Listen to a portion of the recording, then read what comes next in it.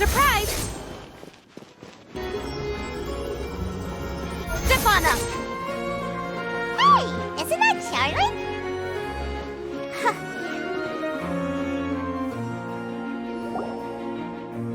I see. So you believe that this warning letter was sent by the Phantom Weasel?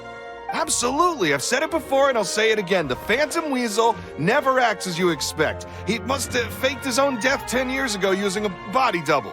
Now that he's back, I'm sure the guards who worked on his case back in the day are in for a headache, but however this turns out in the end, the one thing it won't be is boring. Couldn't agree more. As a journalist, I'm gonna get a lot of mileage out of this one. Thank you, sir, for your time. Now, whom should I interview next? Huh? Hey! What a coincidence! Fancy meeting you here. Perfect timing. So, the Phantom Weasel's latest warning letter. What are your thoughts? Yeah, this is the first time we're hearing of this one. Could you clue us in? Huh? Oh, sorry. Yes, this case is from a decade ago. I guess you wouldn't know about it. Well, not to worry. You're in good hands because I'm a professional. The story goes like this. 10 or so years ago, a phantom thief became active in the court of Fontaine. Known only as the Weasel, nobody knew his true identity, and the authorities never managed to catch him. Wow, cool! He sounds like one of those mysterious night burglars that you read about in novels. Precisely. Well, except the part where they actually have a good reputation. Our Weasel targeted whatever people held dear, and no one was safe from his predations. He would just as soon steal a necklace from a rich merchant's safe as he would a toy doll given to a commoner child for their birthday. I know, the phantom thieves you read about in novels rob the rich to pay the poor, but this guy did not discriminate. Unsurprisingly, this didn't work wonders for his public reputation. Every man and his dog wanted to see him behind bars. Yeesh. So, did they catch him? Not exactly. There's a good chance that the Weasel would still be at large to this day if it hadn't been for an accident 10 years ago. A magician named Caesar fell to his death in a botched high-altitude escape performance. When the police went through his personal effects, they found a hoard of stolen loot and gadgets used for criminal activities. And that was how the Phantom Weasel's identity was revealed to all. Sure enough, thefts in Fontaine went down after Caesar's death. But today, 10 years on, the notorious thief has once again issued one of his warning letters and pasted it on the gate of the Opera Epiclese for all to see. I had to squeeze through the crowd this morning to get a photo as soon as I heard. Here, it's this one. So, this is the warning letter, huh? Let's see what he wrote.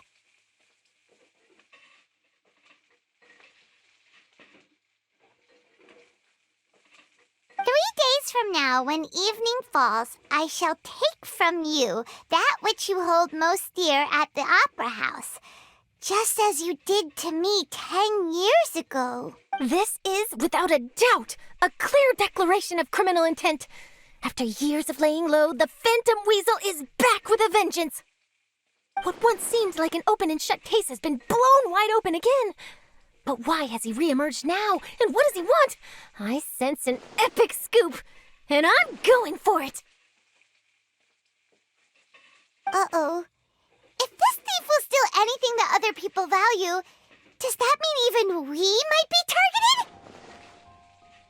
Really? Oh, let him try. In fact, Paimon's gonna eat all our snacks right now. Let's see what he can do about that. Okay, the people have spoken. It's clear that the public are very concerned about the Phantom Weasel's reappearance. Let's see, I've got a photo of the letter, my interview notes. Yep, that should be enough to form the skeleton of my article. It does feel like something is missing, though. Something exclusive. Who should I interview next? I need someone with a more concrete connection to the Weasel. Is that who I think it is? Lyney! Magic, magician, Caesar! The Phantom Weasel! That's it! Let's go interview Lyney! You see, the original Phantom Thief Caesar was a magician too! And what do Phantom Thieves and magicians have in common? They both have an air of mystery about them. Perhaps there's a connection there. Are you serious? What sort of a deduction is that? Oh, relax. My journalistic instinct tells me that an exclusive news story is beckoning. Let's go. No time for delay.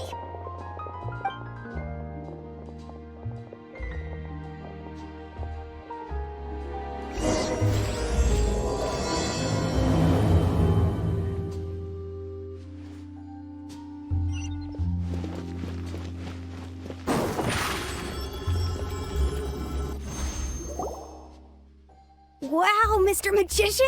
How did you know which card I picked? Oh, it's simple. Come closer and I'll let you in on my secret. Magicians have a special skill called telepathy, which means we can read other people's minds. Really? Then, what am I thinking now? Well, first you need to relax, because I can see that you're clenching your fist in your mind, as if to say, no, I mustn't let him guess it. Aww. And now you're getting a little flustered. You're trying to find a way to empty your mind, to think of nothing at all. But the more you try to hide a secret, the easier it'll come out. You snuck out from home today, didn't you? You told your family a little lie so you could come out and play. Now, that's not a good habit. You can tell? Oh boy, you really can read my mind. Of course. Oh, and that's the end of my performance. You should really be heading home. Remember to apologize to your family, all right? They must be worried about you. All right, got it. Bye, Mr. Magician.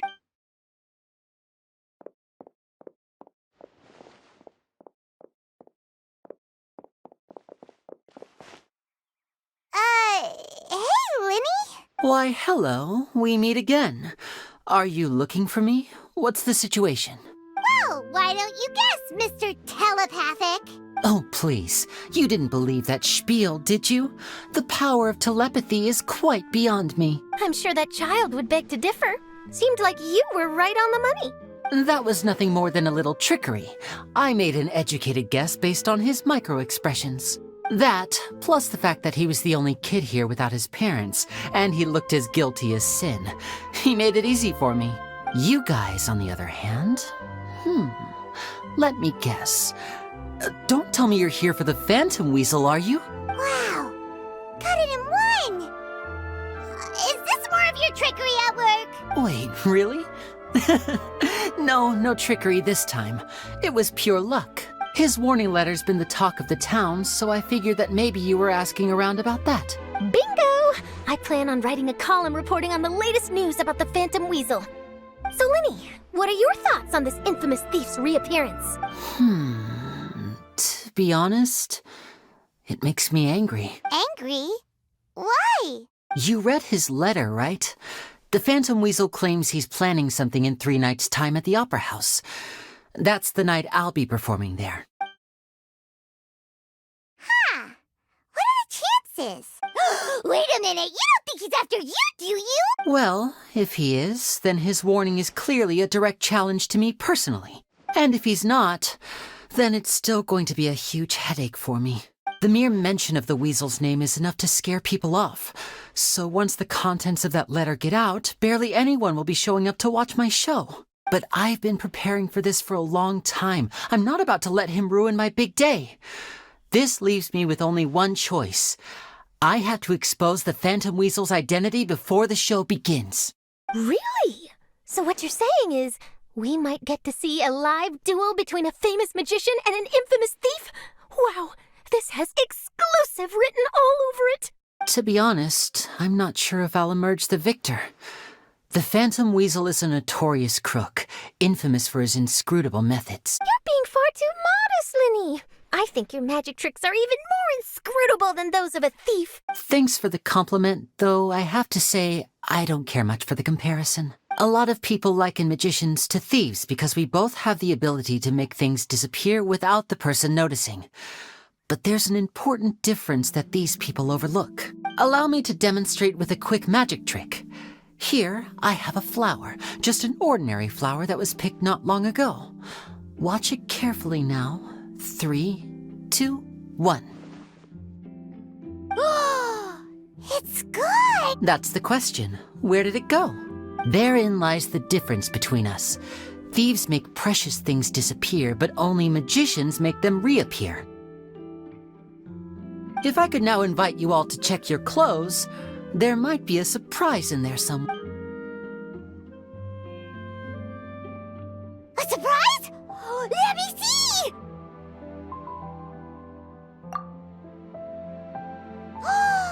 It's right there! But how? You haven't moved this whole time! What an outstanding trick! Sorry, Lyney, it seems that my previous praise was woefully inadequate.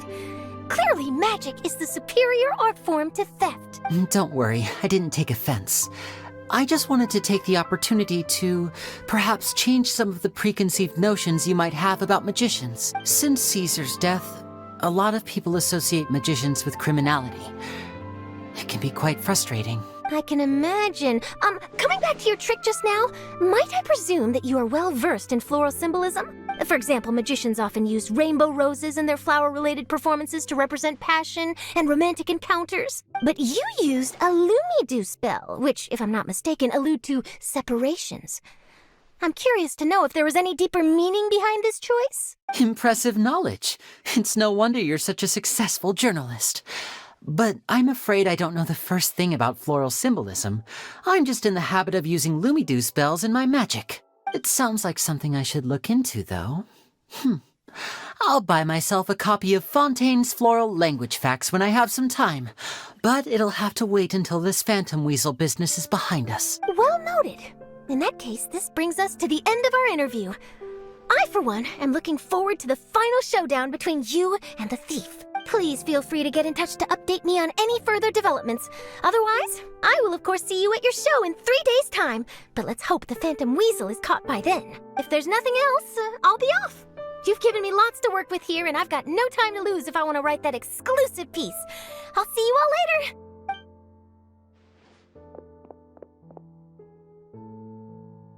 So, Lyney, are you gonna tell us how you did that flower trick now? I'm afraid that's my little secret. Aww. Well, magicians are entitled to their secrets. But Paimon's really itching to know how it's done. You feel it too, right? So itchy. Not so itchy then, huh? Well, since you're so concerned, how would you like to serve as my temporary magician's assistants and help me investigate? Magician's assistants? Oh, that sounds fun! Assistants are technically magicians too! Also, it'll bring us one step closer to figuring out how that darn trick is done! Shall we go for it? The first thing we need to look into is who Caesar really was. If he truly was the Phantom Weasel, that means that the weasel is dead, and whoever wrote this warning letter is just a copycat criminal. But if he wasn't the weasel? Well, that'll make things more interesting. It would mean that the weasel lives, and he's been laying low all this time in some corner of Fontaine. And if we're investigating Caesar, his fiancée Gemma is a good place to start. Word is that she visits the cemetery often, so I asked Lynette to wait for her there. We should make a move. Let's go and rendezvous with Lynette.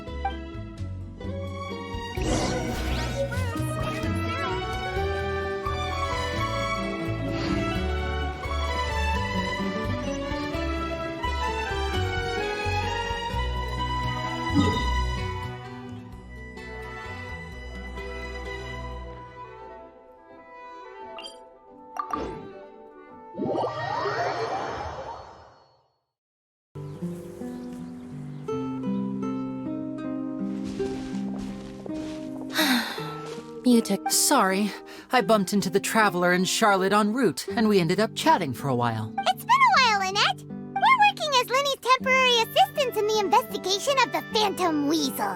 Thank you. It's good to have you helping. So, what's the situation? Have you seen Gemma? Nope. I've been here a while, and she still hasn't shown up. How bizarre. Maybe it was bad intel. Well, we won't get anywhere by standing around waiting. Traveler, Paimon, let's go ask around.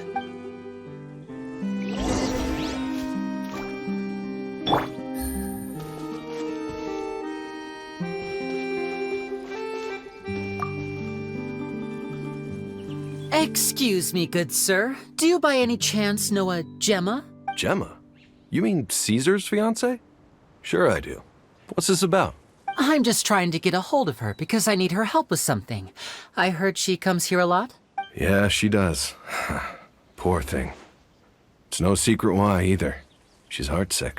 Ever since Caesar passed away, she's been coming here once every week to clean his grave. Often she just sits there in front of his headstone, lost in thought. Sometimes she talks to herself. I asked her what she was doing once. She said she wanted to speak to him again. She knows he's gone and can't hear her from the grave, but she just likes to spend time there, telling her fiancé all about how her life is going. And she's been doing this ever since Caesar passed away? Oh, so 10 years. Wow. Their love must have been really strong. I'll bet. Caesar's reputation fell apart after his identity was revealed, so no one else visits his grave. Gemma's the only one who still thinks about him after all these years.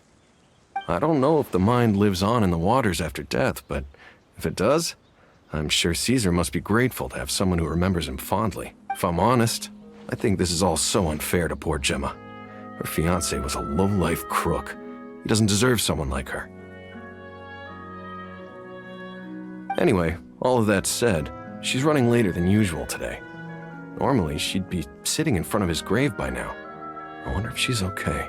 Well, that's everything I know, I'm afraid. You might have more luck asking some other people. All right, well, thanks for sharing all of this with us. We'll keep asking around. You're welcome. I just hope she'll be able to move on one day.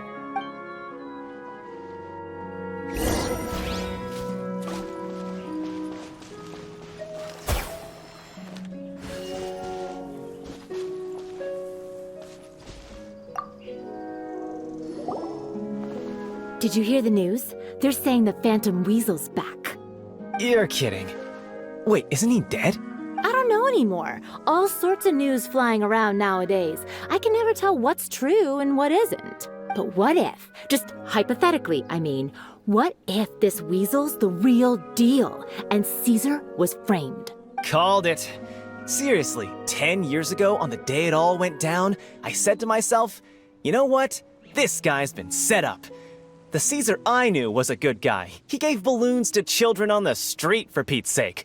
What, are we supposed to believe that he was a balloon thief or something? Give me a break. Oh, please.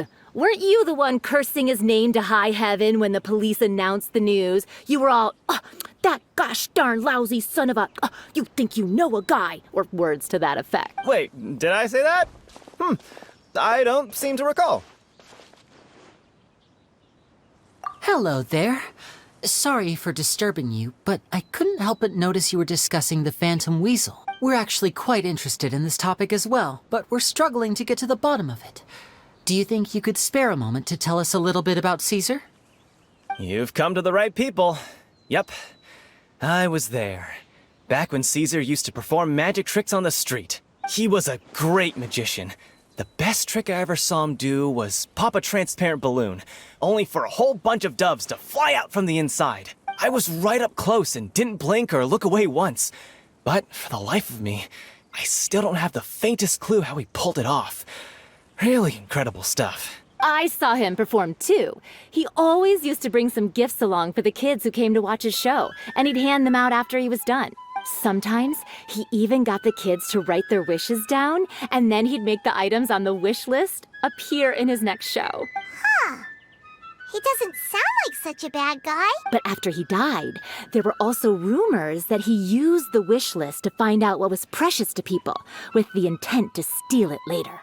As I'm sure you know, the Phantom Weasel would steal just about anything from anyone. Whatever the case, now that the Weasel is back, Caesar's become a hot topic once more. I bet Gemma must be pleased. If Caesar's name gets cleared, maybe it'll finally give her some solace after all this time. No, speak of the devil. That's her over there. If you've got any more questions about Caesar, she's definitely the one to ask. So that's Gemma. Is it just Paimon, or does it look like something's wrong? Wait, it looks like she's injured. Come on, let's see if she's okay.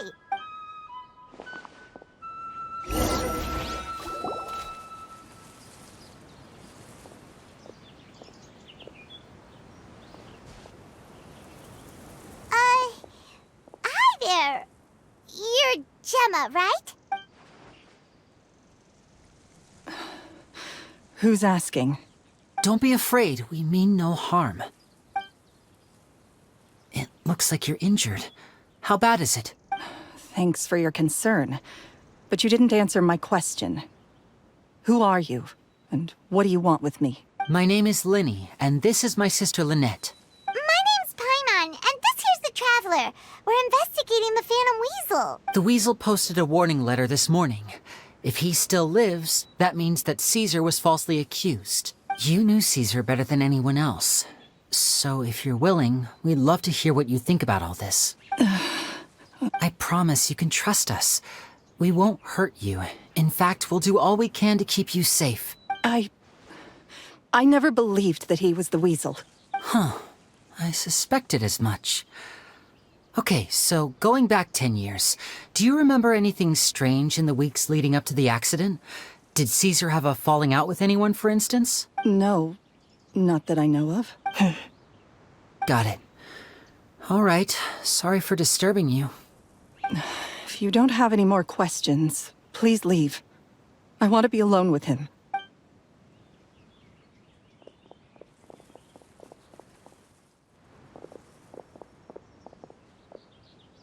Judging by the look on her face, there's definitely something fishy about her. She's lying. She definitely knows something. That's fair. We're just a bunch of strangers who showed up and started questioning her about things that happened a whole decade ago. It makes sense that she'd be wary around us. In any case, I doubt we'll get any further here, so let's call it a day. Meet me outside Hotel de Boer tomorrow, and then we'll start the next step of our plan.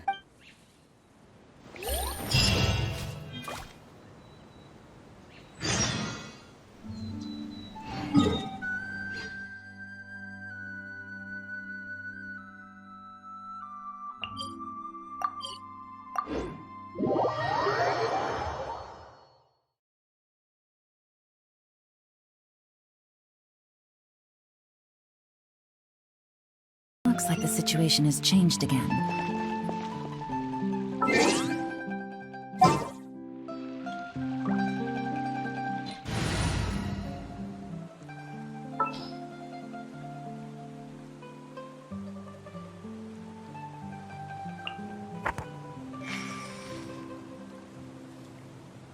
Yes?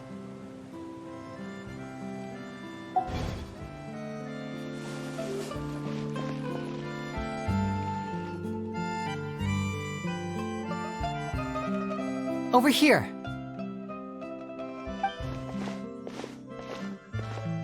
Lynette's not joining us today? I've had her follow Gemma and see if we can make any inroads with her. They should be at a cafe right now. Still, I don't think that Gemma's likely to open up to us. So, we need a contingency plan. Today, we'll be looking into a guy named Lorenzo, Caesar's former pupil and assistant. When Caesar passed away, all the stolen goods discovered in his home were confiscated and returned to their rightful owners. But Lorenzo was the only one privy to all his magic secrets, and he inherited his craft. Before long, Lorenzo was the next big magician in town, his fame surpassing even that of his master, and it made him very wealthy. He's since left the magic scene, though, and these days, he's a wealthy businessman with his fingers in a lot of different pies. I had to pull a lot of strings, but I managed to get him to agree to a couple of drinks with me. Be warned, though, I hear he's got a hair-triggered temper. We'd best be careful.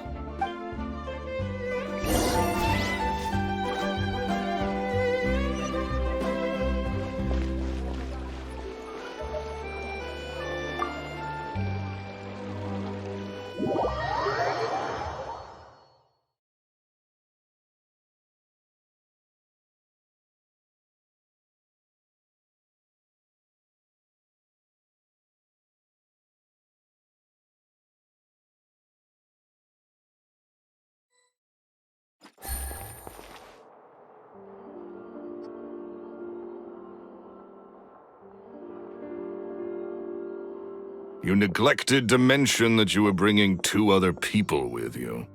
My apologies. These two are my assistants. When they heard that I was meeting with the former Magic Maestro himself, they begged and pleaded with me to bring them along. And if it's no trouble, a couple of autographs would really make their day. Oh, forget the pleasantries. Just sit.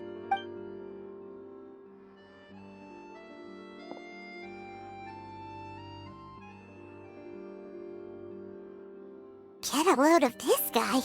Forget the pleasantries, he says, but he looks pretty happy about Lyney stroking his ego. I only agreed to meet since we're both magicians.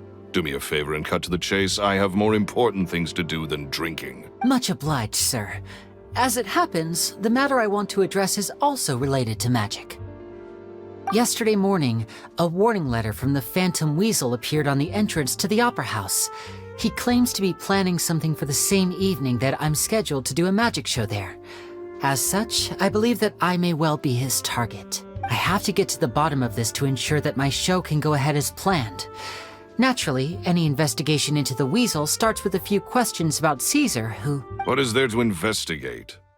Caesar was the Weasel and he's been dead for 10 years. So what if some sick creep thought it'd be funny to write a warning letter? It changes nothing. Are you trying to tell me you actually bought it? Please, sir, no need to get so worked up. I do concede that a copycat is but one possibility. Possibility? It's a fact, Lyney. Look, my patience is limited, so listen carefully while I'm still willing to put up with you. The Weasel is dead. Period. Everyone knows that, so do yourself a favor and quit this investigation. It'll lead you nowhere. Look, if this affects your magic show in any way, I will personally compensate you for any losses. Oh, sir, I'm honored, really. But this isn't about finances for me. My pride as a magician is what's at stake here, Lorenzo. Copycat or not, this person has thrown me the gauntlet, and I must meet their challenge head on. Your pride? Don't mince words with me, boy. Just tell me, what exactly are you seeking to do? I want to find out the Phantom Weasel's true identity. I have to know for myself what really happened 10 years ago. What would that accomplish? And what do the events of 10 years ago have to do with you, anyway? Look, you of all people should know that a magician never reveals their secrets. And in any case, dead men don't talk. So if you really care about your magician's pride, then you'll forget about Caesar and move on. Uh-oh. This is... Lorenzo? Is that? Oh, it is you! I know that big, booming voice anywhere. What's up, my man? Want to grab a drink with me? Another day, I'm busy. Oh, come on. You can't be all business all the time. You know what they say? Live fast, die young. If I wanted your life advice, I'd ask for it. Now get out of my face and go... Sorry, my good sir. I don't believe I've had the pleasure. Oh, hey! Edmondo. He and I are business pals. We worked together a bunch of times. This is your first time meeting him? Oh, he's always like this. Foul-mouthed and hard-nosed. Never heard a kind word out of this guy the whole time I've known him. And he wonders why he can't get a girlfriend, despite being, what, pushing 40, 30, something? Anyway, point is, a lot older than when he first got rejected by the girl he was into. And he's still into, from what I hear. Shut up and get out of my face. Another word out of you and you can forget about doing business with me ever again. Do I make myself clear? Sorry, I may have had a little too much to drink. All right, I'm gonna leave. Don't work too hard.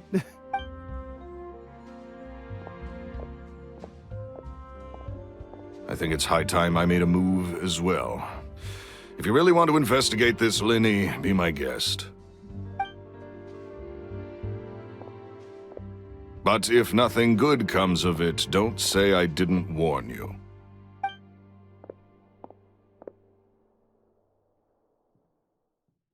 Well, that fell to pieces in a rather spectacular fashion. Any thoughts? Totally. And what was all that about compensating you for your losses? Why would someone you just met make an offer like that? He's gotta be hiding something. And not like Gemma. She was a little suspicious, but this guy's definitely covering something up. I think so too. We need to look into Lorenzo more closely. That guy Edmondo seems to know a thing or two about him. He only just left. Let's see if we can catch up with him.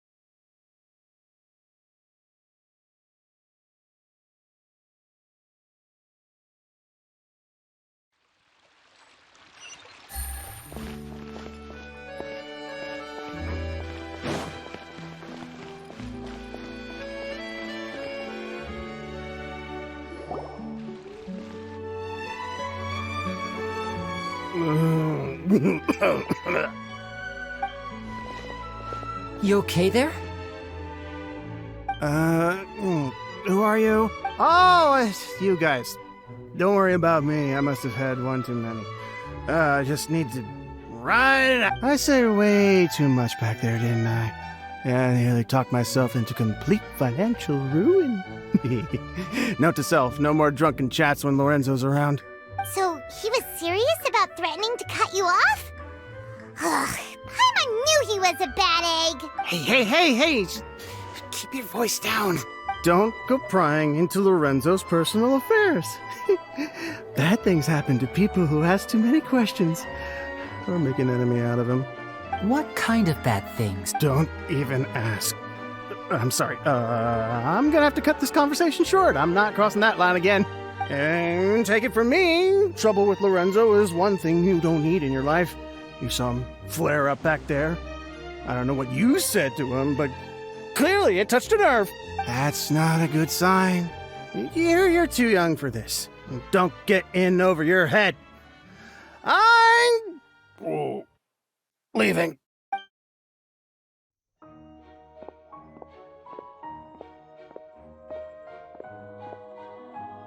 And there he goes. What do we do now, Lyney? Shh! I think we're being watched. Someone was listening in to our whole conversation.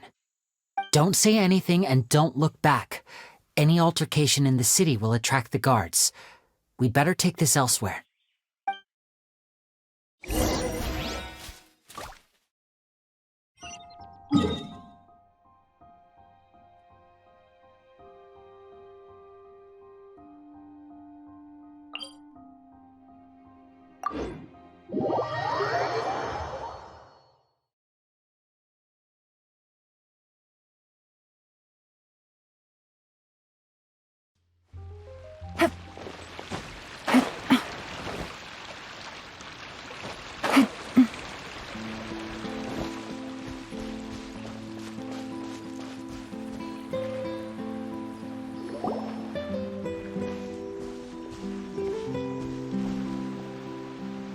You followed us a long way. Why don't you come out and introduce yourselves? So you're Lyney. And where's your sister? Ain't she with you today? Save us the trouble and go fetch her for us. Let's not drag this out. Paimon doesn't like the tone of your voice, mister! Who sent you, huh? Save your questions, missy. You ain't gonna need answers where you're going. Capiche? Looks like we can't avoid this fight. Now, I'm not the strongest fighter, so I hope you're ready to back me up. Don't worry, we got this!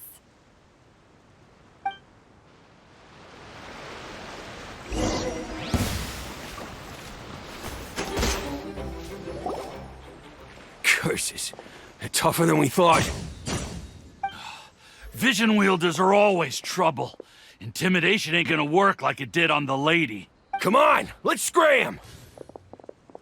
Hey, wise guys! We ain't through with you yet! Oh, they got away! Did you catch what they said just before they left? Something something about intimidating someone else. Sounds like they just wanted to rough us up as a scare tactic. And they've already done it to someone else, but who? You're right.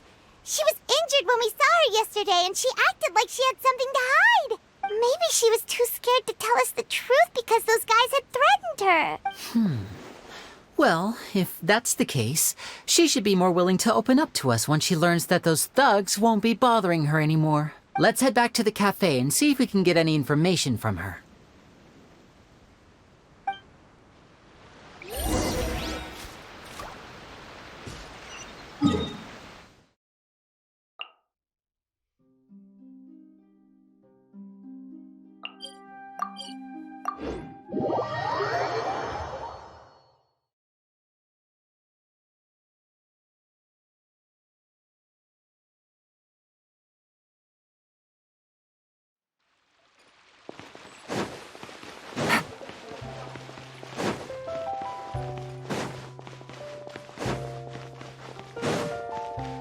Take it easy.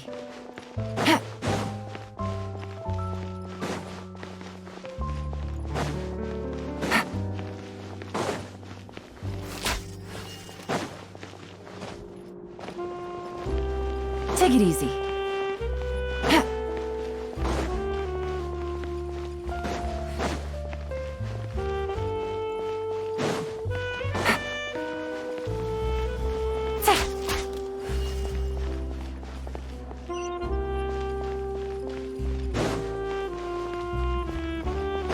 Take it easy.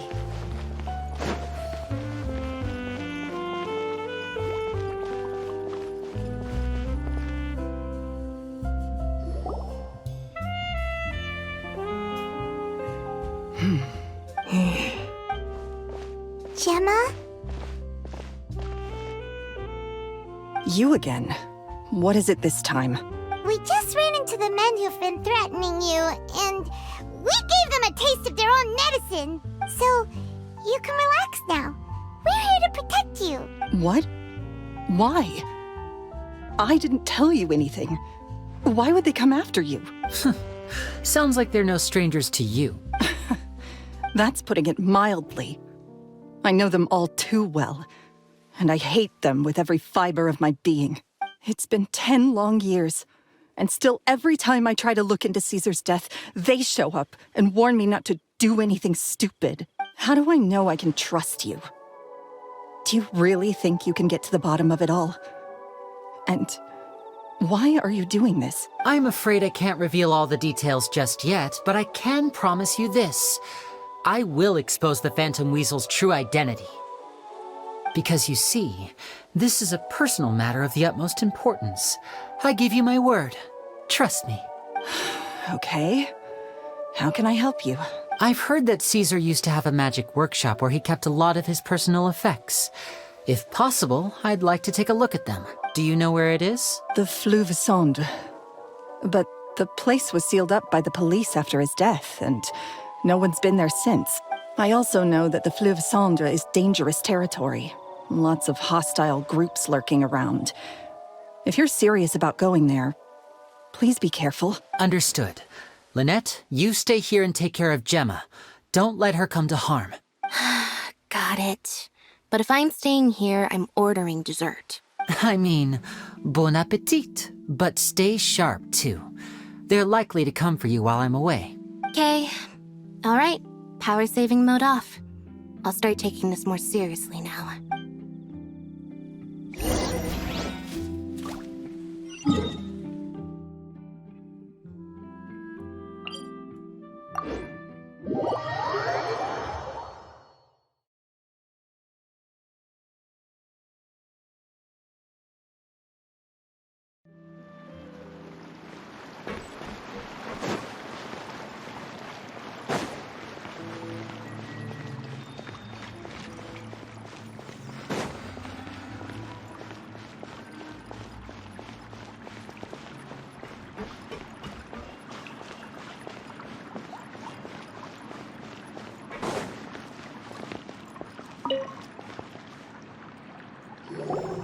If Gemma gave us the right location, then the workshop should be right nearby. Looks like these boxes are blocking the entrance. Let's shift. There we go. It should be just down here.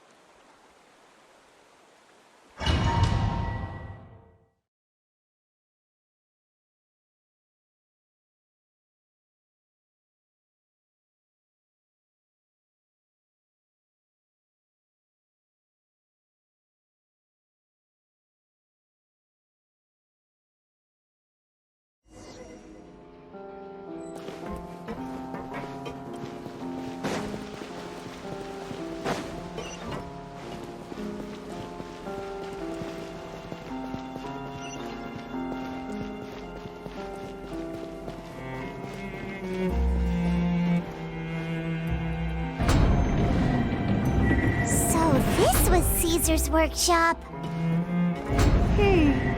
Nothing suspicious here, just normal magic props. Let's head in further.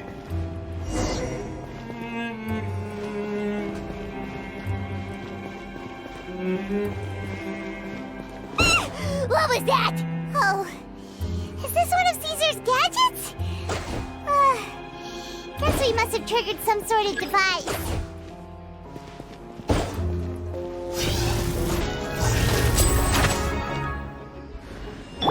Busted! Oh, look. The doll in the box is glowing.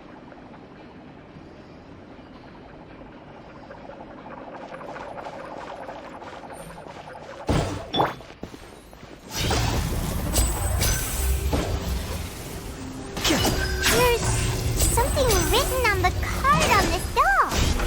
Let's take a closer look.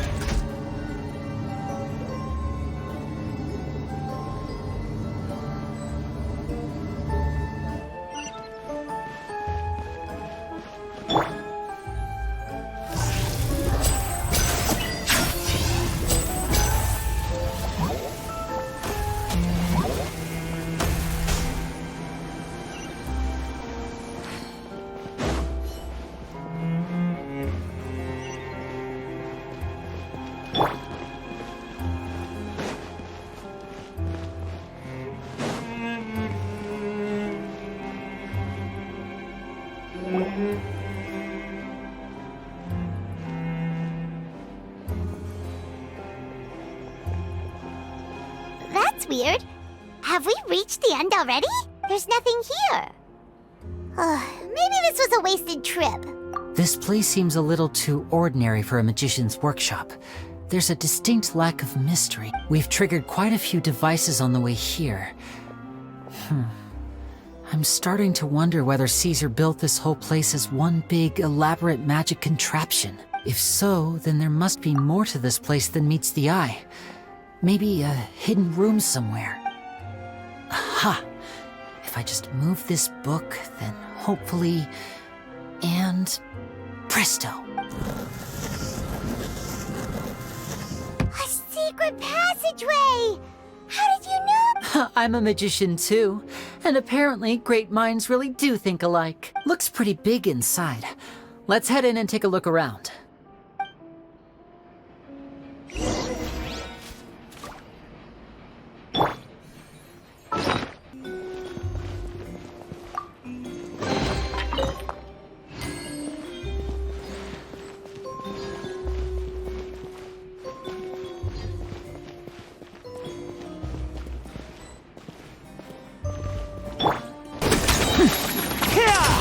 A round of applause!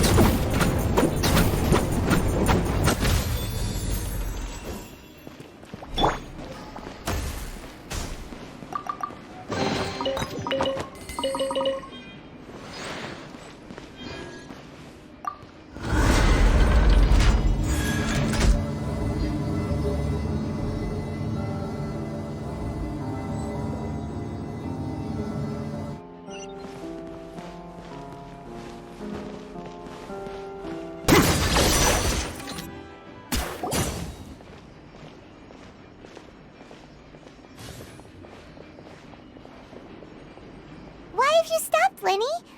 Is there some device in that box? Huh. It just looks familiar somehow. Let me check this out for a second while you guys go on ahead. If anyone makes a major discovery, let's rendezvous here. All right, see you in a bit.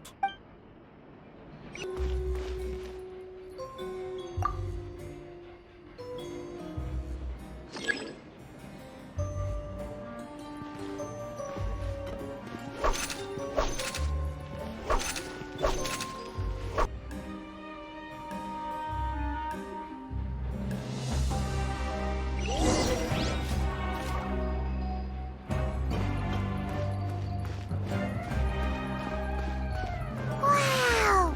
There's a hidden room here! Let's see!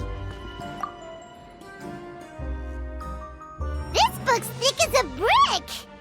Let's take a peek inside it, shall we? At one of my shows a few days ago, a child asked me how I pulled candy out of my hat. As a joke, I told the kid that the hat has a built-in wish-granting machine. Next thing I know, today a whole bunch of kids were pestering me to pull all sorts of things out of the hat. So I told them another white lie. The machine needs time to power up, but in the meantime, you can write your wishes down. Well, they took me up on that offer, enthusiastically. As I write this, I've only just got back from running around all over town, buying the things they wanted. Boy, are my legs sore. I wound up saving very little this month, but that's not a major issue. I now have a bigger problem. How am I going to hide all these things inside my hat? 2 children came to talk to me after today's show. I don't know why they were out on their own. They looked much too young to be unsupervised. I do hope they got home safely. Anyway, they said that they wanted me to teach them how to do magic. It's not uncommon for children to ask this, of course, but I've never seen any of them as serious about it as these 2. I told them that learning magic is very hard work, but that didn't faze them at all. It's like they already knew. They seemed so committed. I couldn't turn them down. It seems like something's bothering Lorenzo lately, but he won't open up to me about it. Surely he's not upset that I agreed to teach those 2 children. I'll have to talk him around. I have a good feeling about those kids. They're naturally talented, and it seems like they're not new to the world of magic. They have all sorts of fantastic ideas. All I'm really doing is helping them develop a more professional standard training plan. They wanted to call me Master, but I told them they absolutely mustn't. Any magician worth their salt could have taught them what I have. They're the geniuses here. Compared to them, I don't deserve to be called any sort of master. With time, I have no doubt that they could become far greater magicians than I. My only concern is why they're so mature for their age. I fear they've had to grow up too fast. I don't dare to imagine what they must have been through. Gemma thinks so too. She doesn't like being around them. Says that their eyes are too piercing. They don't bother me, but then again, I've never been the sharpest tool in the shed. It's nearly time for me to go on tour. I asked the 2 kids if they'd like to come with me, but they shook their heads. I once overheard them talking about their father and their mission. Sounds like their parents have other plans for them. I guess we'll be parting ways soon. It's only been 10 days since I first met them, but I think that I've gotten a feel for their personalities now. They're very tough, but also very cautious, and they trust no one but each other. This, I fear, is not a good habit to have. They hide things from me too. For example, when I asked them where they live and why they wanted to learn magic, they lied. That's the thing about children. Whenever they're trying to cover something up, it always shows somehow. I can sense that their lives have been hard, possibly even dangerous too. They're not like other children. It's a shame that I can't do more to help them. After thinking things over, I decided to tell them a bit about how I see the world. It's full of lies and falsehoods, and that is why we must find our own truth. P.S. I hope they won't find my nagging annoying. Children are so opinionated nowadays. Will it do them more harm than good for someone they've only known 10 days to lecture them like that? P.P.S. Maybe I'm overthinking this. Children aren't interested in grand philosophies. It probably just went in one ear and out the other. I bet they've already forgotten every word I said. Oh, Caesar, Caesar. Just mind your own business next time.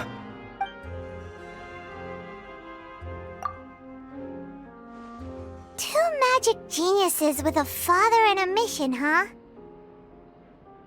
Sounds a lot like he was writing about Lyney and Lynette, don't you think? So did they meet Caesar when they were kids? Let's go ask Lyney!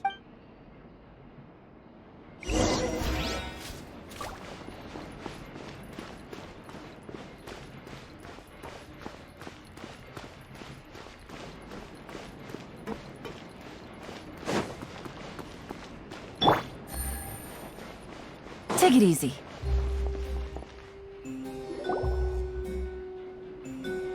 Lyney? Shh, hold that thought. As I expected, Fishy? Uh-oh, what have you found? all in good time. Before we go over our new leads, I want to tell you how a high-altitude escape is performed. First, the magician slots themselves into a magic box in full view of the audience. The box is then suspended high in the air, and a short while later, the base automatically opens. At this point, a dummy will fall out of the box, but it looks real enough to grab the audience's attention, and they start wailing and screaming. Meanwhile, the real magician, who has by now blended into the crowd, waits for a good moment to make their appearance and put on a hysterical performance. Oh no! Is that me? Did I just fall to my death? Very vivid description.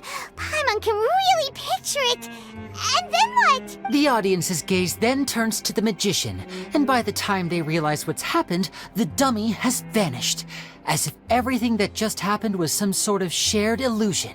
Of course, that's just how I think the process should work, theoretically speaking. The inventor of this trick never performed it successfully. When the box opened, Caesar was the one who fell out, and not the dummy. He fell right to the ground from the highest point of the opera house. No one could hope to survive that fall. Not without a vision, at least. And no one else has ever attempted this trick since. My understanding of how it works is just based on what I could gather from his notes and the relevant gadgets here in his workshop. So Caesar's famous high-altitude escape has never been done, huh? Paimon was about to say how cool it would have been to see it in person, but if it's that dangerous, it's probably for the best that no one else tries to do it. Wait a second. So if a dummy's supposed to drop out of the box, then where does the real magician go? How does he get out? Glad you asked. That brings us to the secret of said box. This box right here is the one that Caesar constructed himself to use in the performance, and it's not as simple as it looks. Inside, there's a device that only the magician himself would know about. Once the magician's inside and the box is lifted up into the air, the audience's view of the box is fixed at a certain angle. From where they're standing, they have a clear view of the front, sides, and bottom, but the back and the top are now no longer visible. At this point, the magician presses a button inside the box, opening a secret door out of view. He then escapes through this trap door onto the opera house roof, waits for the dummy to fall and distract the audience, and quietly returns to ground level. That's way simpler than Paimon imagined. Even Paimon could probably do it. Well, there's a little more to it than that, of course. The hardest part of this trick is controlling the audience's mood and reactions. That takes an exceptional degree of showmanship. There's the falling dummy, the miraculous reappearance, the pompous performing. Maybe the magician would even have themselves tied up before it begins to strengthen the impression that there's no escape. Many days and nights of careful research and painstaking practice would have gone into this, all culminating in a performance just a few minutes long, but one that still manages to transform the shock and grief of a tragic accident to the joy and laughter of a mesmerizing magic trick. Caesar was a highly accomplished magician. But unfortunately, even he didn't manage to pull it off. So, how did it go so wrong? You said you found some fishy stuff here. Have you figured out what really happened? I can make a pretty good guess. I looked into the case files. The magic box Caesar was using at the time of his death had the secret button I mentioned positioned on the right-hand side. And sure enough, he always used his right hand as his dominant hand in public. Okay. Nothing suspicious there. But here's the strange thing. Most of the devices in this workshop have the mechanism on the left-hand side, including this box right here, which leads me to believe that Caesar was in fact left-handed. Because a magician can't afford to have their most basic habits stand out too much. People naturally focus their attention on the most important details of the task or situation at hand. But a magician needs to be able to redirect an audience's attention at will so as to avoid arousing their suspicion. The essence of magic is getting people to believe a lie. If even the truth raises eyebrows, the falsehoods become all the more difficult to mask.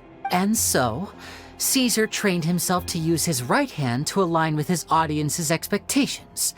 Great magic always requires sacrifices. But in his most stressful and nerve-wracking moments, and when no one was watching, reflex would kick in and he'd use his left hand. That's why he set his gadgets with the mechanism on his left. Exactly. I think that's likely what happened. Caesar would have been under a lot of time pressure during the escape. He'd have had mere seconds to open the hidden compartment, retrieve the dummy, then open the secret door and make a swift escape. But I'm sure he was confident. He would have rehearsed countless times to the point where it was second nature. He'd barely need to think about what he was doing because muscle memory would guide him through. So he opened the compartment, took out the dummy, checked everything was in order, and then went to leave.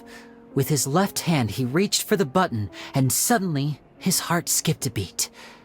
It wasn't there. Much like when you reach for your keys but find your pocket empty, his mind needed a moment to process what was going on. Instinctively, his left hand would keep feeling around for the missing button, maybe for another second or two, until the bottom of the box gave way. With the stakes being as high as they were, just a 2-second delay cost him everything. The authorities would find nothing suspicious and conclude that his death was due to his own error. When in reality, someone switched the boxes, and they did it to murder him. But how would they be able to make the switch without being noticed? That would be difficult to pull off, no? It would have to have been someone who knew that he was left-handed and who could move his props around without arousing suspicion. Someone who was always by his side. Isn't that right, Lorenzo? You just couldn't let sleeping dogs lie, could you? There's not a lot of people who'd go to all this trouble for some magician who died 10 years ago. I didn't want to have to do this, you know. Silencing you the hard way just creates more problems for me to deal with. But I gave you your chance. I hoped you'd do what's good for you and back off like the lady, but you disappoint me. You mean Gemma? So you are the one who's been threatening her! Yes, although however stubborn she might be, she was never much of a liability. But you people, you never even knew him, but for some reason you just wouldn't drop it. Which is why you can't leave this place alive. Take them out, and make it quick.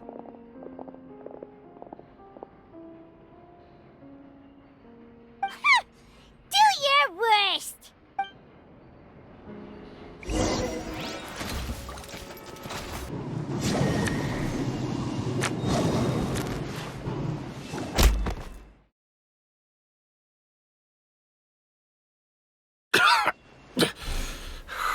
You kids are tougher than you look. Had enough yet, Lorenzo? Your cronies can't help you now. I think it's high time you started talking. And what I'd really like to know is, why did you murder Caesar? If I had a mora for every time you said that man's name. Of course you idolized Caesar, everyone else did. But I was the real genius magician. Me! He was just an amateur who did cheap tricks for gullible children. I was the one who made magic into the fine art it is today. The aristocrats doffed their hats to me! So it was jealousy.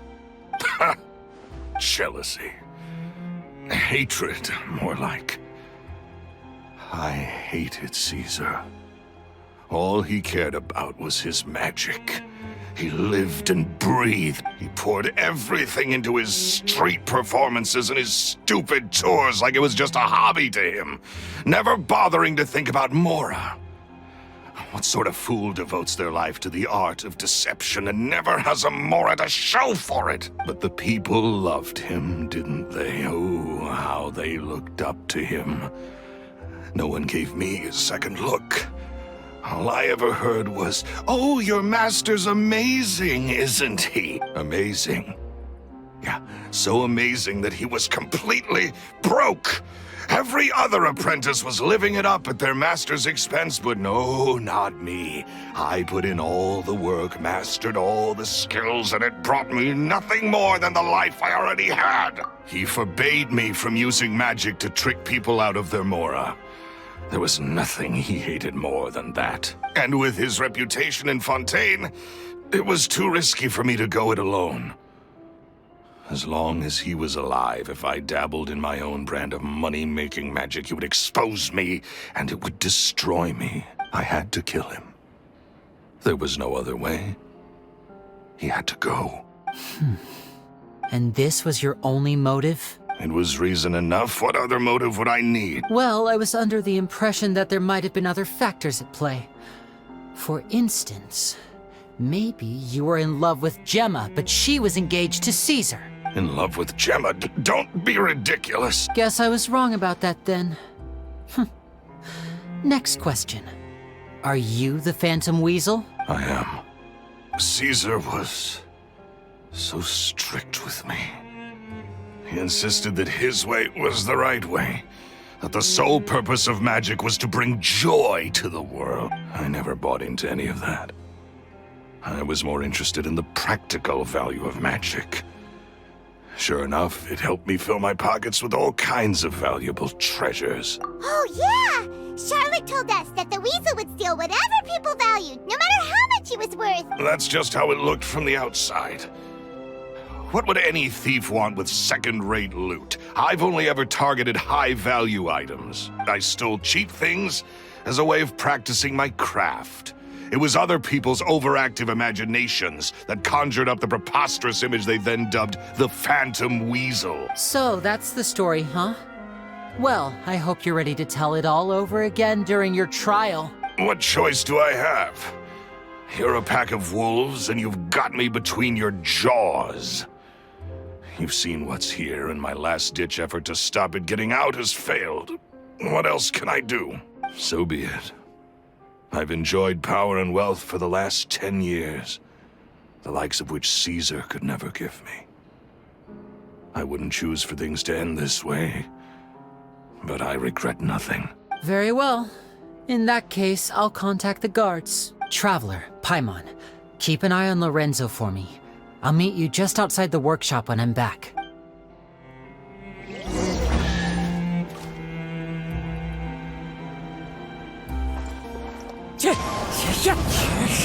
At least I can finally stop looking over my shoulder now.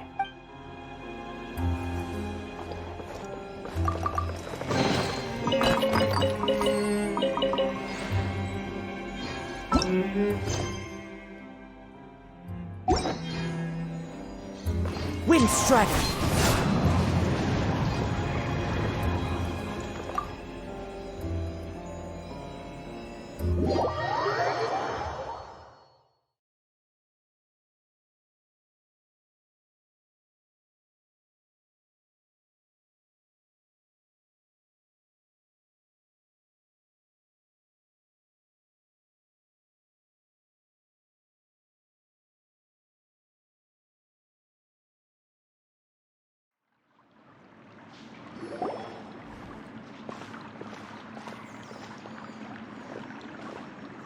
Lyney has told me the whole story. Lorenzo, do you confess to the murder of Caesar? and to framing him for the Phantom Weasel's crimes? Look who's finally developed a conscience.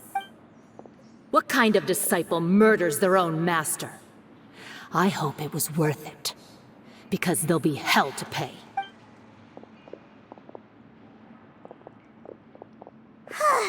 Looks like it's all over. What should we do next, Lyney? Should we start preparing for your show? Let me think. Let's rendezvous with Lynette and Gemma first. With Lorenzo in custody, Gemma will no longer have to fear for her safety. Good point. We should go tell Gemma the good news right away. It'll give her some peace of mind for sure.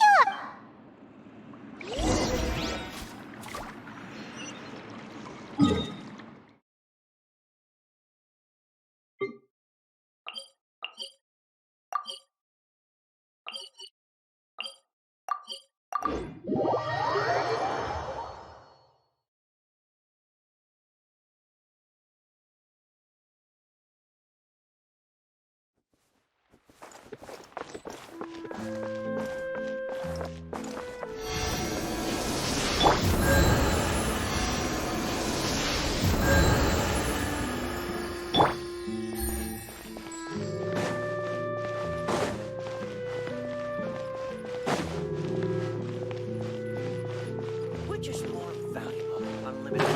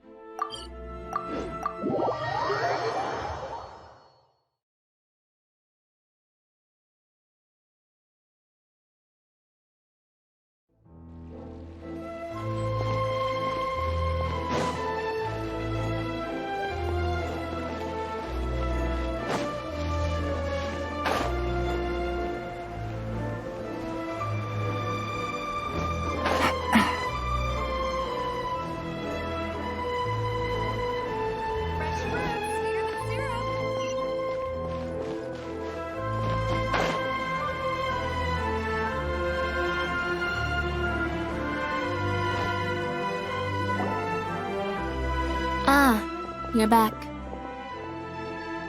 You were so quick. I've only just finished my third dessert. Your third? Lynette, come on, we've talked about this. Everything in moderation. You're not gonna have any room left for dinner now. It's fine.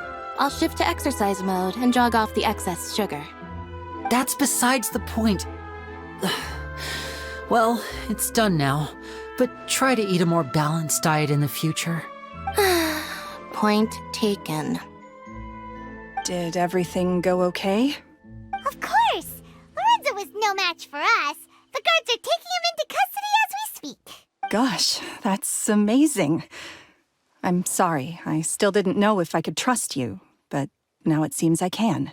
I had my suspicions about Lorenzo, but It's okay, we understand. He did threaten you. Paimon would find it hard to trust strangers in your position too. But you don't need to be scared anymore. Everything's gonna be okay. Sorry. Sorry. My emotions are all over the place right now. I've been waiting for this day to come for so long. I always wanted to report Lorenzo. He took all of Caesar's property, which I found suspicious, but I had people watching me all the time, so I couldn't risk looking into it. I was so afraid. I was scared he'd do something terrible to me, and then no one would be left to visit Caesar's grave. So I never had the courage to speak out. Thank you all. Truly. Thank you so much.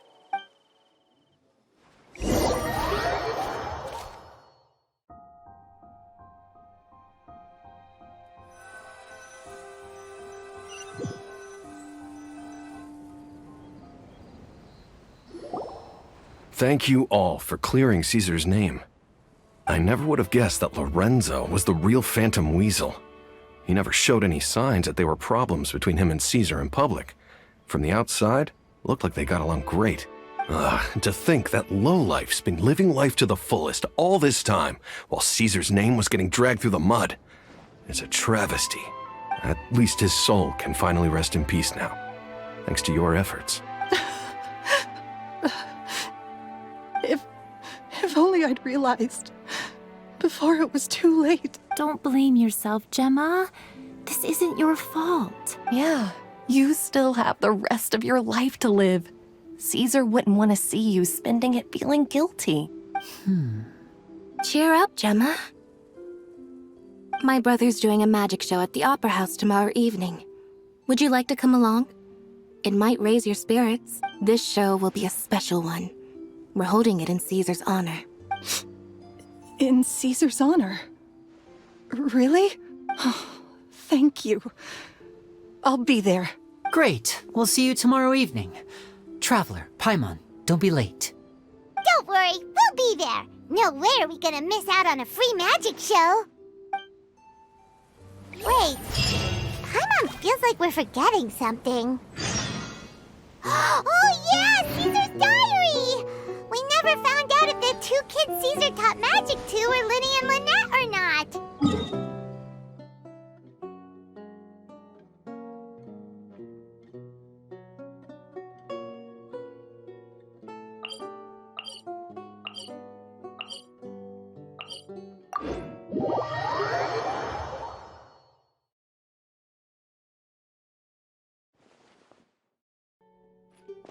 Lyney changed the topic back in the workshop, so we didn't get a chance to bring it up.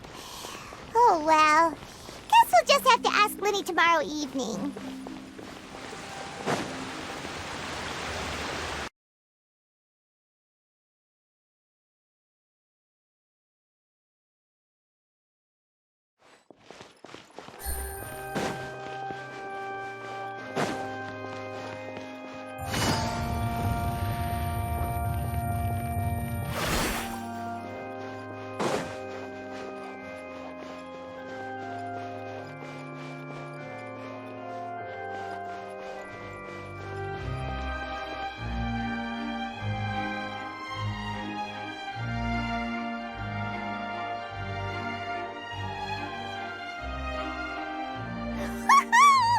Paimon's excited to see another of Lyney's magic shows! Wait. Lynette, shouldn't you be on stage by now? Not this time. My brother's going solo today, so I'll be watching with you. Good evening, ladies and gentlemen. I hope everybody's ready because the show is about to begin. The great magician Lyney has prepared a spectacular show for us all tonight, concluding with an all-new grand finale that no audience has ever seen before. Wow! A new trick!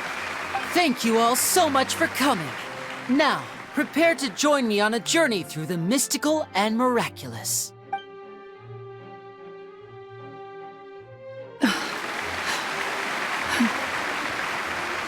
Exciting stuff, isn't it?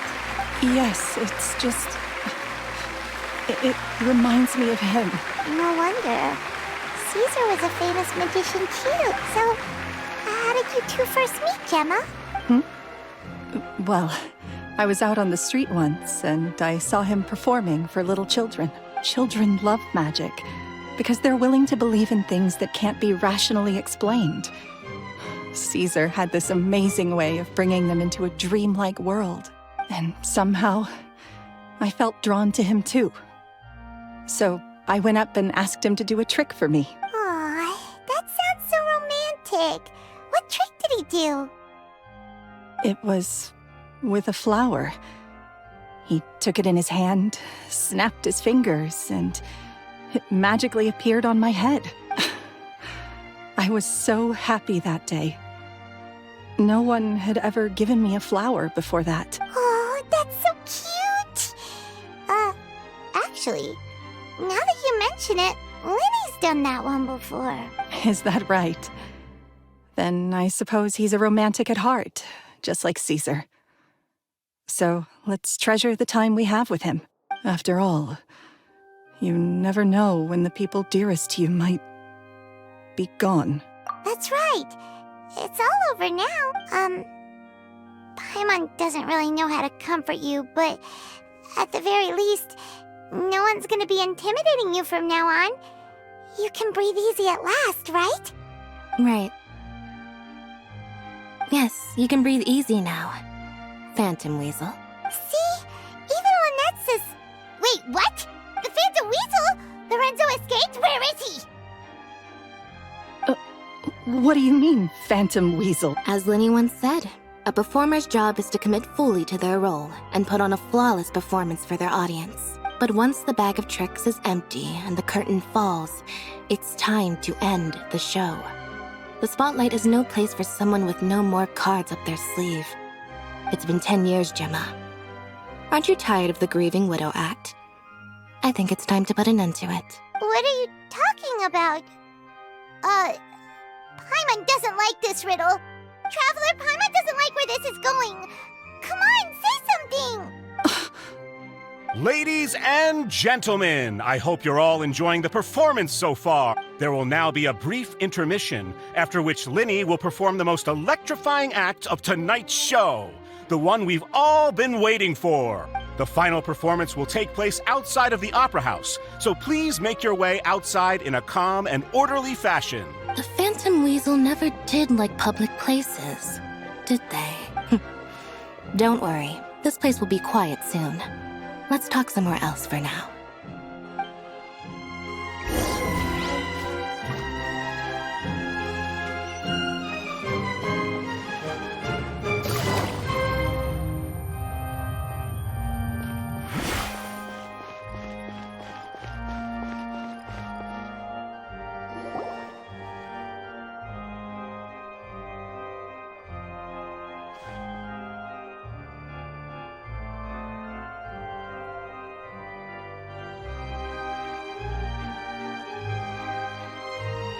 Dear me, this is awkward, isn't it? And unfortunately, I'm all out of gadgets, so I'm afraid I can't do any tricks to liven up the mood. This is a big mistake for a magician to make, but thankfully, I do have a backup plan. Now, who wants to hear a story? Lyney, don't we have more important things to address right now? Lynette accused Gemma of being the real Phantom Weasel a moment ago. Oh, what the heck's going on? All in good time. Magicians are good at guessing what people are thinking. I know the questions you want to ask. And as it happens, the story I'm about to tell might answer a few of them. Really?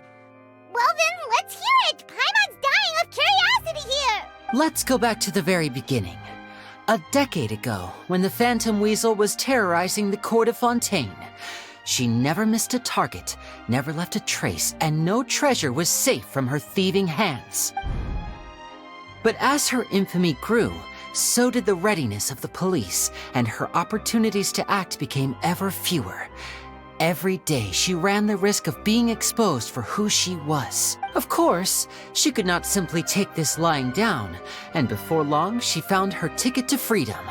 She would create a scapegoat, a false weasel to close the chapter on her behalf. After weighing her options, she set her sights on a renowned magician, Caesar. After all, magic and theft shared enough similarities for people to buy the story when the truth came out. So then what? Being the master deceiver she was, the weasel easily earned Caesar's trust. Now, all that remained was to frame him for her countless crimes. But as she was considering how to make her move, she noticed Caesar's aggrieved pupil, and a new thought entered her mind. Maybe I don't need to get my hands dirty after all. At her encouragement, Lorenzo tampered with Caesar's magic box, causing him to fall to his death. Afterwards, Lorenzo seized his master's property, and the weasel set about tarnishing Caesar's reputation. Two co-conspirators committed the perfect crime.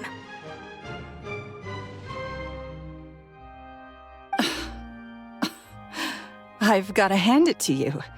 You're both exceptional storytellers. It's enough to make even me wonder whether there was really another mastermind behind all this. pulling the strings, but I just have one question. You seem to think that I am the villain in this tale. What's brought this on, Lyney? Is it something that Lorenzo said? Don't worry, Lorenzo said nothing at all. But I never believed that he was the weasel, and in fact, my investigation only made me more certain of that. He was too forthcoming with his confession, as if there was something else he was trying to hide. How disappointing. So you'd sooner trust Lorenzo than me, even without a shred of evidence? A magician is an expert at playing the audience to get the result they want, and I have no doubt that you, Gemma, are equally talented in this regard. With a little help from Lorenzo, you put on a very convincing performance. The lovesick fiancé, whose devotion to her betrothed is unshakable, even under threats of violence. Caesar was maligned and hated by all for 10 years, but you? Everyone sympathized with your plight. Who would suspect for 1 second that the lovely young lady always seen weeping in front of Caesar's grave was actually the mastermind behind his demise? No, not that poor lady. Perish the thought. Wait, so you mean the whole intimidation thing was just a hoax? Gemma and Lorenzo were both in on it? But why would Lorenzo agree to that? And why didn't he sell her out even at the end instead of admitting to being the weasel himself? Yes, why indeed? Maybe Gemma herself could enlighten us on that question. Well, Lyney, if you're so confident in your version of events, then I think the answer should be obvious, having killed Caesar with his own hands. Lorenzo was plagued by overwhelming guilt. Revealing the Phantom Weasel's true identity would serve no purpose. But if the weasel remained free, then she could take care of Lorenzo's loved ones. An excellent answer, though sadly a little dull. Is that right? Well, don't let me bore you. If you'd care to change the topic to something more interesting, I'd be much obliged. As a matter of fact, there's one thing I'd really like to understand. Why would the real weasel have targeted things that only have value to other people? Could you shed any light on that? Of course. After all, we're just telling stories here, aren't we? If I had to guess, I would say that the real weasel must have had a terrible childhood. Left to fend for herself after her parents died young. Betrayed, scorned, beaten. She'd scrounge waste paper from garbage bins to draw on, using twigs and dirt for lack of ink and pen. She'd sew ugly rag dolls from whatever scrap material she could get her hands on. This was her only source of happiness in life. But it was all she needed, and she was content. Until the world decided that even this was too good for her. Once again, she was betrayed. And this time, everything was taken from her. She felt like life was a miry pit that dragged her further down the more she struggled to escape. At that tender age, she should have been happy.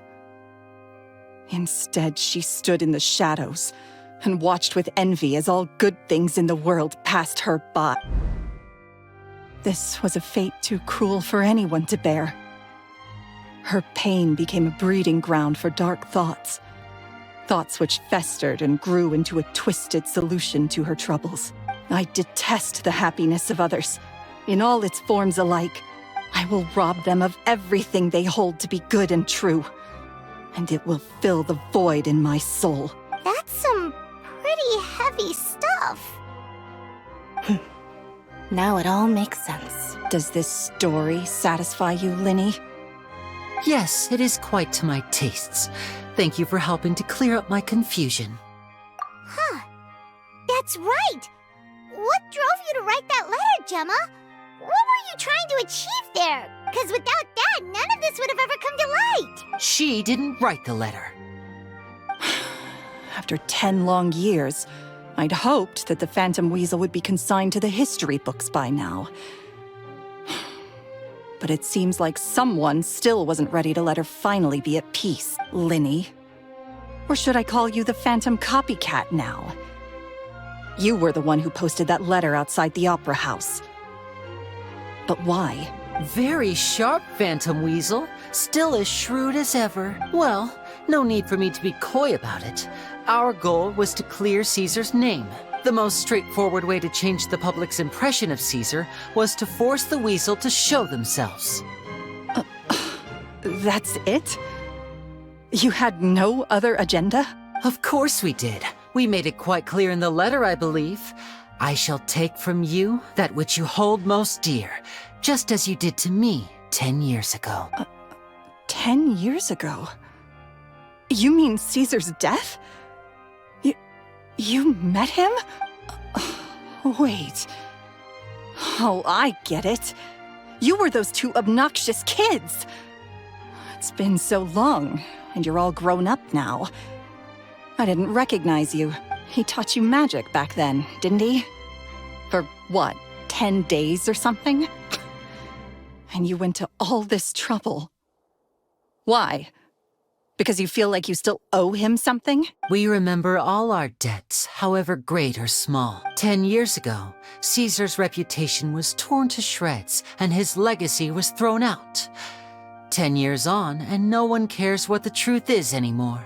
But we did not forget, and so we came to find you. And? What exactly did you take from me? I'm still standing, as you can see. Lorenzo has admitted to everything. I'm free. Free? Do you really think so? Caesar once told me that even though the world is filled with lies and falsehoods, we must find our own truth. I think that applies to you too. Truth can take many forms. Prized possessions with nostalgic value, fervent hopes and dreams, and irreplaceable people. Life took many things from you, and those wounds never healed. When they ached unbearably in the dead of night, stealing became your way of numbing the pain. What are you trying to say? I'm saying that for the last 10 years, you've been living a rather uneventful life. Perhaps that's because you found something other than a life of crime to fill the hole? Back to Lorenzo for a second. He murdered his own master, played along with your act, and took pains to make sure any suspicion would be directed towards him. But what did he have to gain from all that? He knew who you were and the things you'd done, and despite that, he was willing to give everything up for your sake. He's the reason that you haven't felt the compulsion to steal in all these years. You're more than just accomplices in murder. You're the only real friends each other has. So I think you know, deep down, that he is the only truth you have in your life. But that truth is gone now. And I guarantee you, you'll never see it again. Congratulations on your freedom, Gemma. Your freedom will cost you dearly. From now on, you'll be all alone in a world full of lies and falsehoods. I do hope you'll be able to bear it. You've still got a long life ahead of you after all. Gather round, one and all. The time has now come for the amazing Lyney to perform his final act in tonight's show. I'm sure you're all wondering what he has planned for the grand finale. Well, wonder no more, for the answer is a death-defying high-altitude escape. A high-altitude escape? I'm sure you all remember the magician Caesar. This was the very trick that led to his fatal fall, after which he was dubbed the Phantom Weasel. But we have now learned that Caesar was wrongly accused, and that the real Weasel has now confessed to their crime. Guess that's my cue to leave. Whew. I've been practicing this one for ages now, but I'm still a little nervous. Traveler, Paimon, I hope you enjoy the rest of the show. There may be a lot of people watching tonight, but you alone are my true witnesses. Lyney, wait. You two hid a lot from Caesar. He went to his grave without ever knowing your secrets. So what about now? Are you an open book? Or are you still the same as ever? You don't have to tell lies to end up isolated and alone. One day, you'll end up exactly where I am today. Maybe then you'll finally understand. You're wrong. I'm nothing like you. So, what are we, doing now? Like Lyney said, when you're ready, let's head outside and watch the show. But what about Gemma? She'll figure out what's best for her soon enough. Oh, and if you'd like to see Lyney after the show, you know where he'll be. The usual haunt. All right. Well, let's go and watch Lenny's finale then. This trick's a pretty dangerous one, but he should be able to pull it off, right?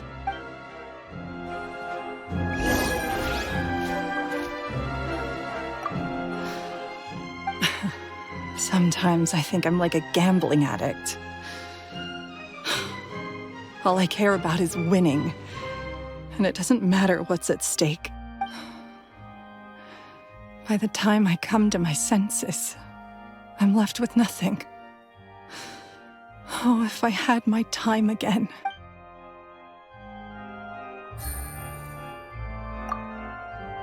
Magicians are not like thieves. Thieves only tear things apart. But good-hearted magicians, they put things back together.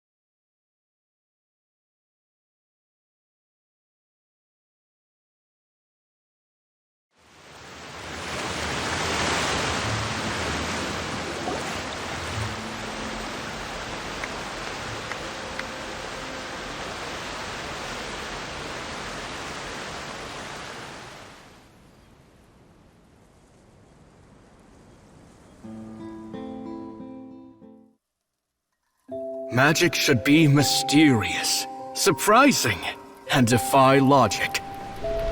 Magic is hard work. Every single movement has to be practiced thousands of times. It's alright. We're used to that.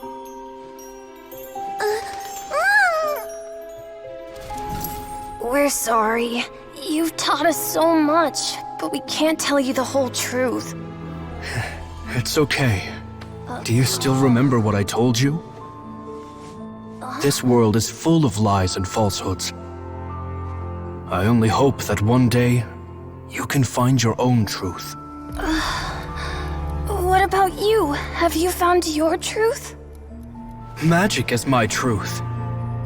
I want to perform a magic trick so great that people will always think of me when they talk about it. For a magician, what greater honor could there be? Look! Behold! Lyney is sealed inside the box. Will he manage to escape? 10 years ago, Caesar attempted this very trick, and it was at this precise moment that...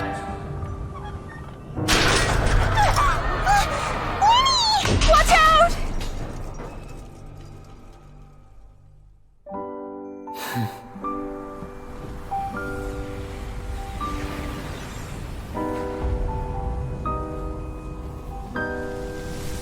Mysterious. Surprising. And logic-defying. Isn't that right? This honor belongs to you, Caesar.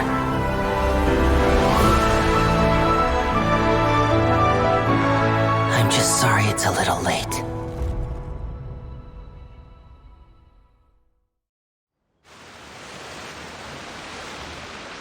Did you see that? 1 minute he was falling, and the next, he turned into flowers. How could he possibly have done that? How mysterious. I didn't blink once. He just vanished, right in front of my eyes. What a heart-stopping magic show! This was really worth the trip. Caesar's name has finally been cleared, and Fontaine's new star magician Lyney has fulfilled a wish on his behalf. Oh, I couldn't ask for a better grand finale.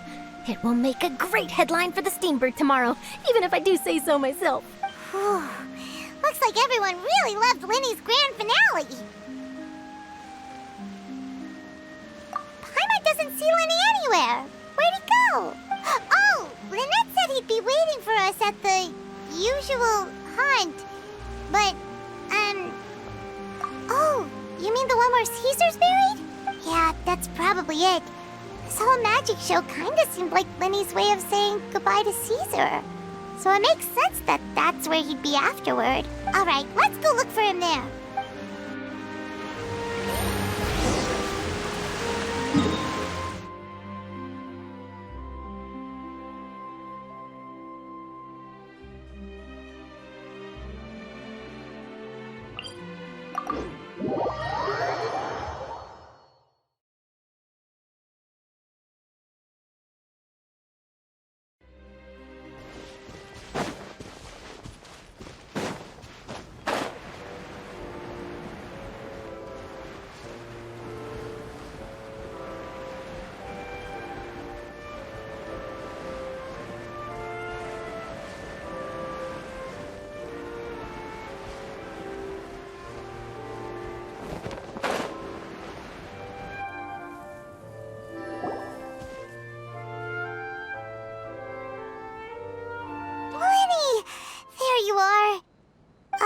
Are you alright? Paimon was scared to death when the chain broke. Paimon was sure something had gone horribly wrong. Magic is a performance art. A magician has to get creative to keep the audience on tenterhooks. That's our job. So I tweaked Caesar's original setup a little to keep it fresh. I was honestly a little nervous during the live performance. The thought of falling, suddenly feeling weightless, seeing the sky and the ground spinning, and sometimes I can't help but wonder what Caesar thought in those final moments. Did he regret taking Gemma and Lorenzo on? Or did he believe that it was his own slip-up right until the end? You know, Paimon's been wanting to ask you about something ever since we were in Caesar's workshop. You learned magic from Caesar once, didn't you? When was that? After I joined the House of the Hearth. To be honest, Lynette and I had an agenda when we approached him. I told you about my past before, remember? As a young boy, I survived by secretly learning magic from street performers. I'd watch their tricks and try to figure out how they were done, but I quickly realized that observation alone could only get me so far. What I saw was the polished final performance, but the rigorous training they put in behind the scenes remained invisible to me. I needed to learn how to improve my sleight of hand, hone my misdirection skills, and make niftier props. We were gifted enough that we'd made some progress by ourselves, but without proper guidance from a professional magician, we quickly plateaued. So that's why you sought Caesar out? Yes. We figured there was no harm in asking, but it took us by surprise that he was so willing to teach us.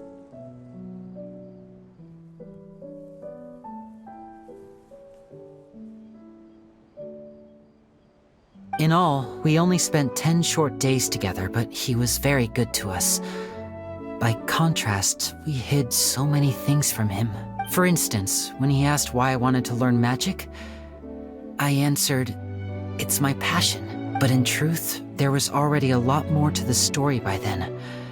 After being taken in by an aristocrat for our magic talent, then betrayed soon after, this was no longer about me doing what I loved. What amazed me was how the lie escaped my lips even as I was hesitating over whether to tell him the truth. Trust is a beautiful thing.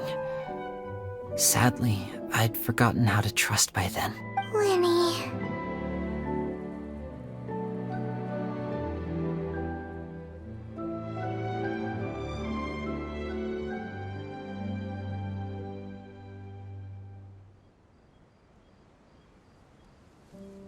Still worried about the way I feel? You really are a gentle soul, aren't you? But don't worry, I'm used to it now. From the mansions of the elite to the House of the Hearth, lies and selfishness have followed me and Lynette everywhere we go. After Caesar went on tour, we became busy with our missions. The next we heard of him was that he'd fallen to his death, and was now declared to be the Phantom Weasel. That night, I remembered his smile. But as I lay there, I didn't know what to say to him. To keep secrets is to put up walls. The longer you keep them up, the less you let people in. Then, one day, you look around and realize your life is like an empty auditorium after a show, full of seats once occupied by all the people who left. But I guess that's the price we have to pay. You only realize how much someone really meant to you when you lose them completely. That's why I was so confident this would hurt Gemma. Because I felt it for myself. Yeah, cheer up, Lyney. We've had to say our fair share of goodbyes during our journey, too. But whatever happens, Paimon always believes in what tomorrow brings. Delicious food, fun toys, and the Traveler by my side. Paimon just needs to focus on things like this, and all the unhappy stuff goes right out the window. You know, Traveler, doesn't that kind of make you Paimon's truth? Exactly. It's the same for me and Lynette. We are the truest thing each other has in the world, and nothing can replace that. Life has taken plenty from us, like it did from Gemma. But at least it left us with each other. That's what gave us the strength to get through the darkest days. That's why the darkness never consumed me, and why it never will. Maybe we live in the shadows too, but we remember every precious ray of light that shines through. All right, time to lighten this conversation up a little.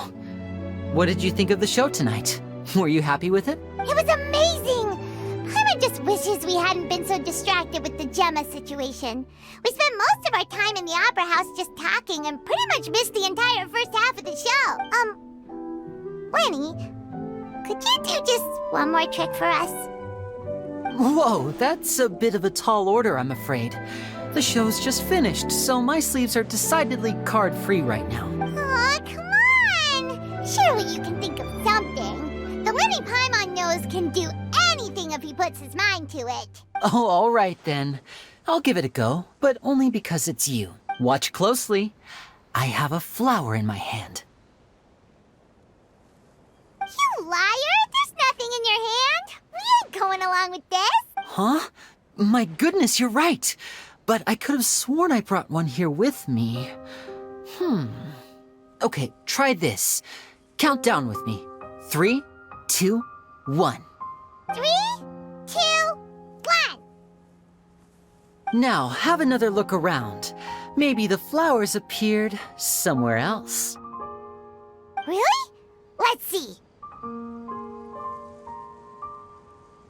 Wow, there it is! Oh, this is a different flower from the last time, right?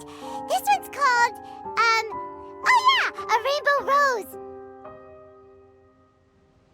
But more importantly, Paimon has to know how the trick is done. Please, Lyney, pretty please! Well, if you want to learn magic, you'll have to start by addressing me as teacher. Fine. Please, teacher, please! Since you asked so nicely, I'll share one little tip with you. Namely, the student of magic cannot solely rely on others being prepared to reveal their secrets. You have to observe, think, and find the answers for yourself. Is that it? Look at the time. We shouldn't linger here too long. Thanks again for coming to see my show. I bid you both good night. I look forward to seeing you again. All right, fine. See ya. Shall we head back now, too? Oh, Paimon can't wait to read The Steambird tomorrow. Paimon bets Lyney and Caesar will be plastered all over it. Let's head to the Steambird's offices tomorrow morning and see what we can find out.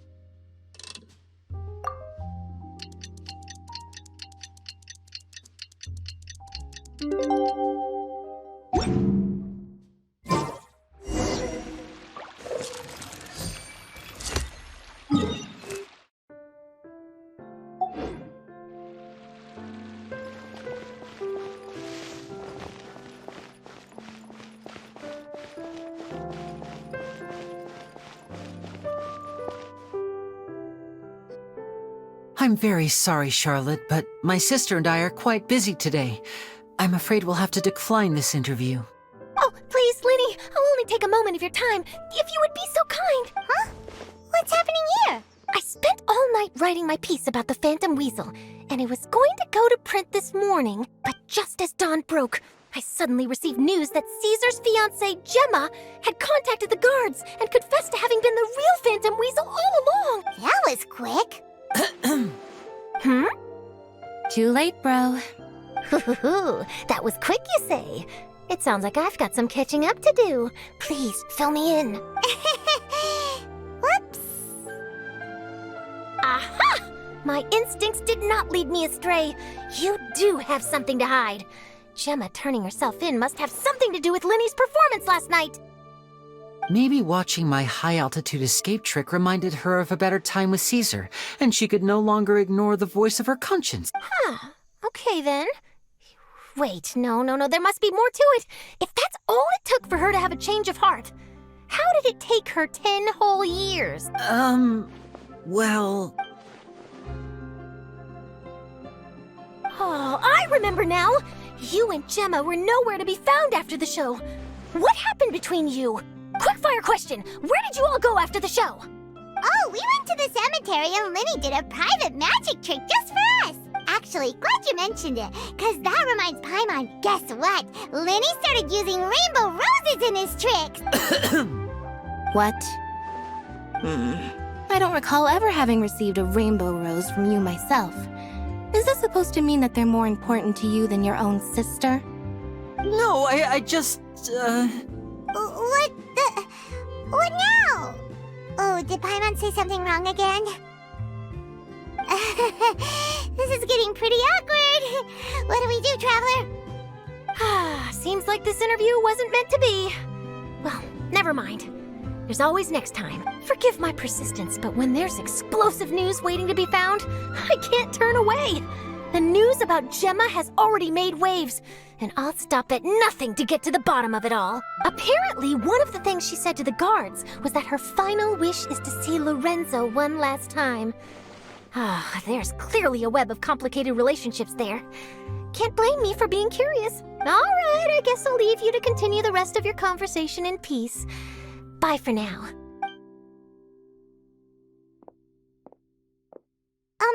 Lynette? Paimon didn't mean to... Don't worry, I wasn't angry. I was just trying to distract her. Oh, really? Oh, thank goodness. You scared Paimon there. Phew. You and me both, Paimon. You and me both. At least it did the job, right? Please, take good care of that rainbow rose. I'd be really upset if you lost it.